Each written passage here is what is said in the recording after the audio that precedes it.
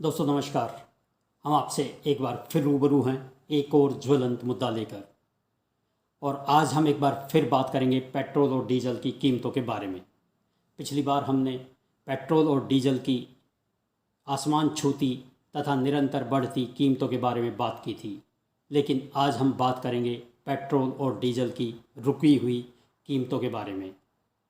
अंतर्राष्ट्रीय बाज़ार में पिछले कुछ समय से कच्चे तेल की कीमतों में उछाल का दौर बना हुआ है, लेकिन इसके बावजूद भारत में पेट्रोल और डीजल की कीमतें स्थिर क्यों हैं?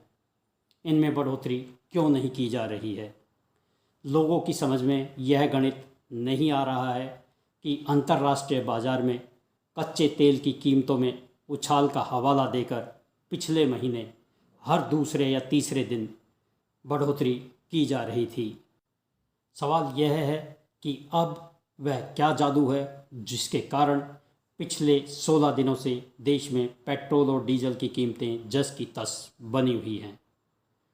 पेट्रोल और डीजल की कीमतें 27 फरवरी यानी 16 दिन पहले जब बढ़ाई गई तो दिल्ली में पेट्रोल की कीमत 91 रुपये प्रति लीटर और डीजल की कीमत 81 रुपये प्रति लीटर को पार कर गई थी, जो एक रिकॉर्ड है। भारत जो कच्चा तेल खरीदता है उसे ब्रेंट क्रूड कहते हैं और 27 फरवरी को अंतर्राष्ट्रीय बाज़ार में इसकी कीमत $66 प्रति बैरल के आसपास थी। देश में पेट्रोल की कीमत 91 रुपये प्रति लीटर को पार करते ही राजनीतिक दलों और विभिन्न संगठनों ने सरकार को घेरना शुरू कर दिया, लेकिन सरकार अपना वही पुराना राग आलापती रही कि अब पेट्रोल और डीजल की कीमतों पर उसका कोई नियंत्रण नहीं है और यह बाज़ार के अधीन है। उसने ना तो पेट्रोल और डीजल की कीमतों में कोई कमी की और ना ही पेट्रोल और डीजल पर लगने वाले भारी भरकम टैक्स में किसी तरह की कटौती की, बल्कि उल्टे विपक्षी दल कांग्रेस को यह कहकर कटघरे में खड़ा करने की कोशिश की कि उसकी पूर्ववर्ती सरकारों की नीतियों के चलते ही देश इस हालत में पहुंचा है। अब सवाल यह उठता है कि जब अंतर्राष्ट्रीय बाज़ार में कच्चे तेल की कीमत $66 प्रति बैरल के आसपास थी तो भारत में पेट्रोल प्रति लीटर 91 रुपये से भी अधिक की कीमत पर बिक रहा था। लेकिन अब जब कच्चे तेल की कीमत $70 प्रति बैरल के आसपास है तो वह क्या जादू है जो भारत में पेट्रोल और डीजल की कीमतों को नहीं बढ़ने दे रहा है?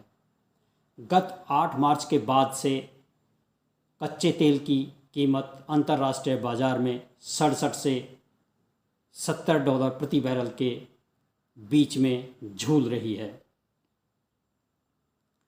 आइए अब बात करते हैं असल मुद्दे की कि ऐसा क्यों हो रहा है। तो जनाब, यह जादू है चुनावी मौसम का। आप जानते हैं कि 5 राज्यों में विधानसभा चुनाव हो रहे हैं और जानकारों का कहना है कि इन्हीं विधानसभा चुनाव के चलते पेट्रोल और डीजल की कीमतों में बढ़ोतरी नहीं की जा रही है। इससे पहले भी पिछले वर्ष बिहार विधानसभा चुनाव से पहले लगातार 30 दिन से भी अधिक समय तक पेट्रोल और डीजल की कीमतें स्थिर बनी रही, जबकि चुनाव से पहले इनमें निरंतर बढ़ोतरी की जा रही थी। लेकिन जैसे ही बिहार विधानसभा चुनाव समाप्त हुए, तेल कंपनियों ने अपनी सारी कसर पूरी कर ली। अब 5 राज्यों के विधानसभा चुनाव समाप्त होने के बाद पेट्रोल और डीजल की कीमतों में बेतहाशा बढ़ोतरी किए जाने का अनुमान लगाया जा रहा है, क्योंकि जानकारों का कहना है कि अंतर्राष्ट्रीय बाज़ार में कच्चे तेल की कीमतों में उछाल का दौर बना रहेगा। इन सब बातों से तेल के इस खेल में सरकार की भूमिका का अंदाज़ा आसानी से लगाया जा सकता है। यहाँ सवाल एक और खड़ा होता है और वह है कि इस मामले में मीडिया खामोश क्यों है? वह चुनावी मौसम में तेल के इस खेल को उजागर क्यों नहीं करता? उसकी चुप्पी समझ से बाहर है। क्या मीडिया इस बात से संतुष्ट है कि पिछले 16 दिनों से पेट्रोल और डीजल की कीमतों में जो बढ़ोतरी नहीं की जा रही है वह बहुत बड़ी राहत है? या उसका मानना है कि देश में भले ही पेट्रोल 91 रुपये प्रति लीटर से अधिक की दर पर बेचा जाए, लेकिन उससे आम आदमी पर कोई खास बोझ नहीं पड़ रहा? क्या मीडिया की यह जिम्मेदारी नहीं बनती कि वह इस स्थिति के लिए जिम्मेदार व्यवस्था को कटघरे में खड़ा करे? दोस्तों, आपको हमारा वीडियो कैसा लगा?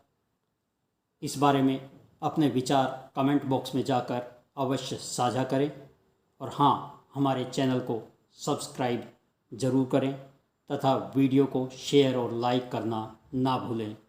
धन्यवाद। नमस्कार।